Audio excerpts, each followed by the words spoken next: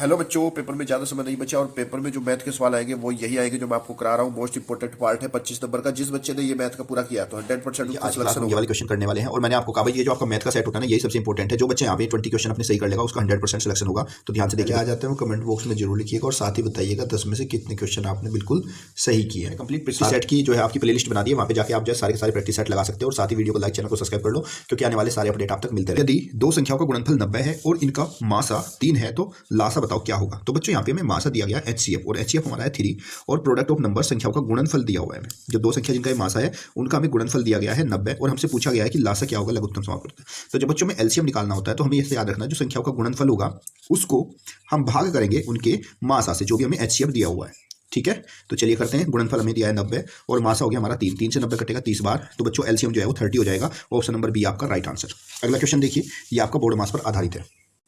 देखिए बच्चों, इसको हम कैसे सोल्व करते हैं तो हमेशा ध्यान रखिए, सबसे पहले हम क्या करते हैं, छोटा ब्रैकेट सोल्व करते हैं, उसके बाद फिर हम मझला ब्रैकेट सोल्व करते हैं, उसके बाद फिर हम बड़ा ब्रैकेट सोल्व करते हैं। साथ ही साथ बोर्ड मास के अकॉर्डिंग पहले हम लोग भाग, फिर गुणा, फिर जोड़ और फिर घटा करते हैं। ठीक है, तो चलिए सोल्व करते हैं। तो सबसे पहले हमें इसमें सबसे छोटे वाला ब्रैकेट सोल्व करना है, बाकी को हम सेम टू सेम नोट कर लेंगे। 3 इंटू 43 माइनस 17 प्लस छोटे वाला ब्रैकेट सोल्व करेंगे तो उसके अंदर है 9 गुणा 2 और 9 दूनी कितना होता है 18, 9 टू 18 तो प्लस में 18 हो जाएगा आपका ये। उसके बाद 3 इंटू, उसके बाद हम क्या करेंगे, ये आपका मझला ब्रैकेट सोल्व होगा यहाँ से। अब 43 माइनस 17 में से 18 हम जोड़ेंगे तो 8 7 कितना हो गया हमारा 15, 1 1 2 1 3 17 18 हो गया 35। अब हमारा बचा 3 इंटू 43 में से 35 माइनस करेंगे, 13 में से 5 गए आपका 8 बचा। अब कितना बचा 8 और 3, 8 के कितना हो गया आपका 24, तो इसको सरल करने पर हमें मिलेगा 24। ऑप्शन नंबर ए आपका राइट आंसर। जब भी ऐसा प्रश्न करोगे आप यहाँ पे बोर्ड मास लगाइएगा। चलिए अगला प्रश्न देख लीजिए, ये आपका इंपॉर्टेंट है, इसको नोट कर लेना, कॉपी में नोट कर लेना, इंपॉर्टेंट प्रश्न है, पेपर में कई बार पूछा गया ये वाला प्रश्न। अनुपात पे और क्षेत्रमिति पर आधारित है।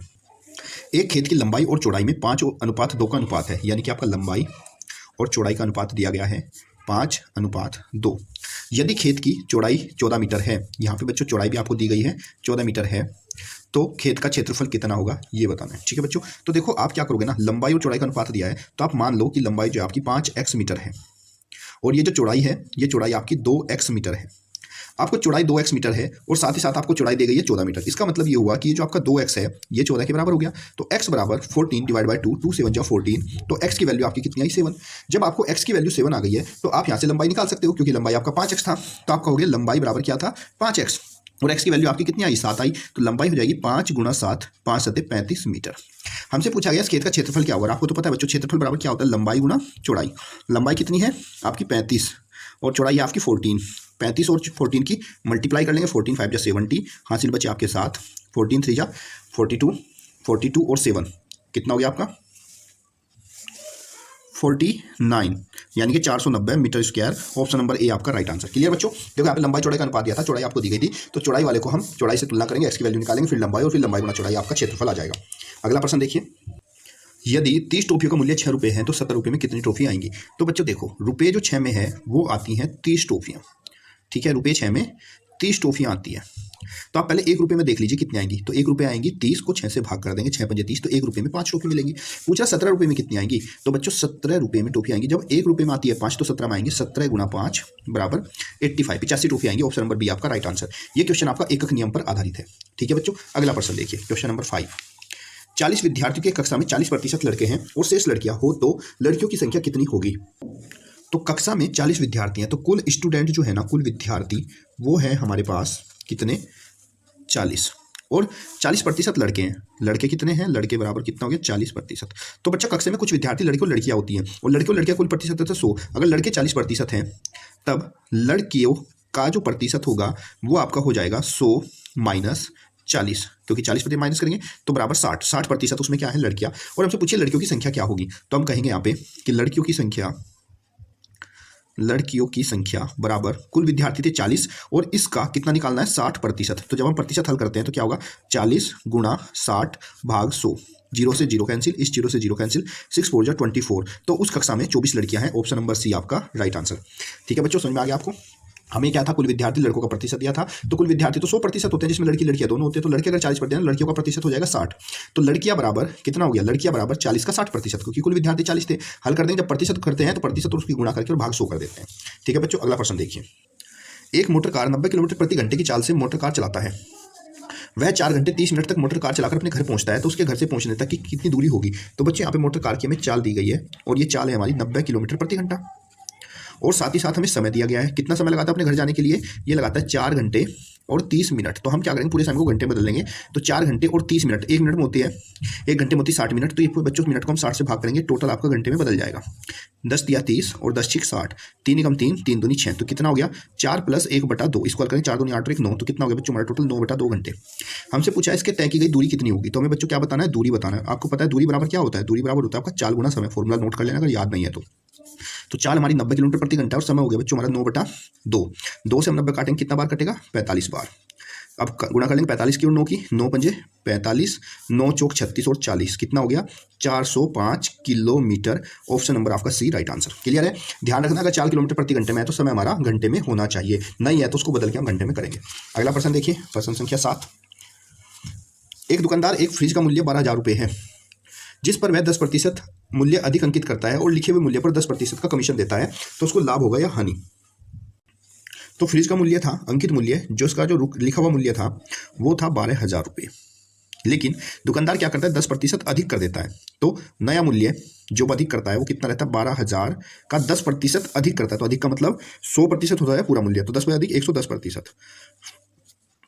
इसको हम गुणा कर देंगे, ये हो जाएगा हमारा 11,000, 11,000, 11 दूनी 22, 11 11 और 12 13। तो 13,200 रुपये इसके ऊपर अंकित कर देता है। ठीक है, अब 13,200 रुपये अंकित कर बेचता कितने का है? विक्रय मूल्य। इस पर ये 10% का, लिखे हुए मूल्य पर 10% का कमीशन देता है। 10% का अब 10% का कमीशन ये बिकवाने वाले को, यानी कि ये इसको 90% पर बेच देता है। 0 से 0 गया, 0 से 0 गया, 9 0 0, 9 2 18, बचा 1 हासिल, 9 3 27 और 1 28, 9 1 9 11। तो 11,880 में बेचता है। 12,000 का फ्रिज था, तो इसको क्या हो गई? हानि हो गई, क्योंकि टोटल फ्रिज हमारा 12,000 रुपये का था और इसने इसको 11,880 रुपये में बेच दिया। तो 0, 10 में 60 गया 2, और इधर आपका 9 में 60 गया 1, और इधर 0 0। तो बच्चों 120 रुपये की इसको क्या होगी? हानि हो जाएगी। ऑप्शन नंबर ए आपका राइट आंसर। क्लियर बच्चों, समझ में आ गया? पहले इसका फ्रिज का 12,000 मूल्य था, लेकिन ये 10% इसको बढ़ा के लिखता है, फिर बेचने वाले को कहता है कि तुझे बिकवार मैं 10% कमीशन दूंगा, मतलब इस मूल्य को 90% पर बेचने को कहता है, 10% उसको दे देगा। तो 11,880 में बिक पाएगा, इसका 120 रुपये का इसको नुकसान हो जाएगा। ऑप्शन नंबर ए आपका राइट आंसर। क्वेश्चन समझ में आया है? कमेंट बॉक्स में जरूर बताना। अगला प्रश्न देखिए, एक राशि पर 25% वार्षिक ब्याज दर से 2 वर्ष में प्राप्त ब्याज 750 रुपये है, तो मूलधन ज्ञात करो। मूलधन क्या होगा? तो यहाँ पे बच्चों में दर दी गई है कितनी? 25% दर है, और समय दिया गया है हमें 2 वर्ष, 2 ईयर, और यहाँ पे साधारण ब्याज है 750 रुपये। हमसे पूछ रहा है कि मूलधन क्या होगा, प्रिंसिपल अमाउंट क्या होगी। तो आपको पता है बच्चों, प्रिंसिपल अमाउंट होती है ब्याज गुणा 100 बटे में दर गुणा समय। ये फॉर्मूला नोट कर लेना। ब्याज है 750 रुपये गुणा 100, और दर कितनी है बच्चों? 25%, और समय हमारा 2 वर्ष। तो चलिए काट दीजिए, 25 दिया 75, 0, 2 से कटेगा 30, 15 बार। तो कितना हो गया आपका? ये 15 की हम 100 से गुणा करेंगे तो कितना हो जाएगा? 1,500 रुपये। तो बच्चों मूलधन हमारा 1,500। ऑप्शन नंबर बी आपका राइट आंसर। प्रश्न संख्या 9 देखिए, ये भी इंपॉर्टेंट प्रश्न है। एक वर्ग का परिमाप 164 है, तो उसका क्षेत्रफल बताओ क्या होगा। वर्ग का परिमाप दिया है, पेरीमीटर दिया है कितना? 164 मीटर, और हमसे पूछ रहा है इसका एरिया क्या होगा, क्षेत्रफल। तो क्षेत्रफल बराबर क्या होता है? वर्ग का भुजा गुणा भुजा, जो भी उसकी साइड होती है उसकी साइड में गुणा करते हैं तो उसका क्षेत्रफल आ जाता है। तो पहले मुझे भुजा ज्ञात करनी पड़ेगी। तो परिमाप 164 है, तो बच्चों वर्ग की जो भुजा होती है वो परिमाप को जब 4 से भाग करते हैं तो उसकी भुजा आ जाती है। तो 164 भाग 4 करेंगे तो 4 चौक 16, 4 एकम 4, तो भुजा होगा इसकी 41 मीटर। हमसे पूछा इसका क्षेत्रफल क्या होगा। तो भुजा गुणा भुजा, 41 गुणा 41, 41 इंटू 41, 41 की 41 से गुणा करेंगे, कितना आ जाएगा आपका? 1681 वर्ग मीटर। ऑप्शन नंबर सी आपका राइट आंसर। कभी भी आपको परिमाप दिया जाए तो आप पहले उससे भुजा निकालिए और फिर भुजा की भुजा से गुणा कर दीजिए, उस वर्ग का क्षेत्रफल आ जाएगा। चलिए देखते हैं लास्ट क्वेश्चन नंबर 10। इंपॉर्टेंट प्रश्न है। एक आयताकार खेत की लंबाई 150 मीटर है, चौड़ाई 175 है, तो खेत के 3 चक्कर लगाने में कितनी दूरी तय करनी पड़ेगी। तो खेत की बच्चों में लंबाई दी गई है, यहाँ पे लंबाई है 150 मीटर और खेत की चौड़ाई 175 मीटर। और जब हम किसी खेत के चारों तरफ एक चक्कर लगाते हैं तो उसके परिमाप के बराबर होता है। तो पहले हम क्या करते हैं, एक चक्कर में चली गई दूरी बराबर, यानी कि परिमाप निकाल लेते हैं, जो कि होता है 2 गुणा लंबाई प्लस चौड़ाई के बराबर। 2 गुणा लंबाई कितनी है इसकी? लंबाई है हमारी 150, तो 150 प्लस 175, इसको हल करेंगे यहाँ से, तो परिमाप बराबर 2 गुणा 150 और 75 को जोड़ेंगे तो 0 और 5 5 हो गया आपका, 7 और 5 12, 1 और 1 2 और 1 हासिल 3, 325, 2 से गुणा करेंगे 325 दूनी 650, 650 मीटर आ गया। ये परिमाप है, यानी कि एक चक्कर में चली गई दूरी है। जो एक चक्कर में चली गई दूरी होती है वो परिमाप होती है।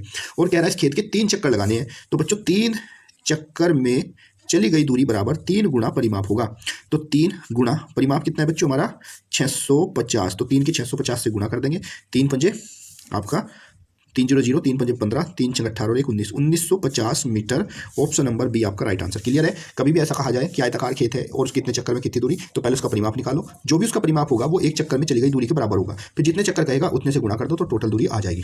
क्लियर है बच्चों। उम्मीद करता हूँ आपको ये वाला प्रैक्टिस सेट अच्छे से समझ में आ गया होगा, जिसके मैंने आपको 10 क्वेश्चन कराया। ये आपका पार्ट नंबर 1 था, प्रैक्टिस सेट नंबर 21 का। अगर आपको कोई डाउट है तो आप इस नंबर पर कांटेक्ट करके मुझे व्हाट्सएप पे पूछ सकते हैं। साथ ही साथ क्वेश्चन को अच्छे से ध्यान से पढ़िए, क्योंकि मैंने आपको बार बार कहा अंकगणित परीक्षण के जो बच्चा भी 20 क्वेश्चन पूरे कर देगा उसी का इसमें नंबर आएगा। चलिए वीडियो को लाइक और शेयर कर लेना। धन्यवाद। जय हिंद, जय भारत।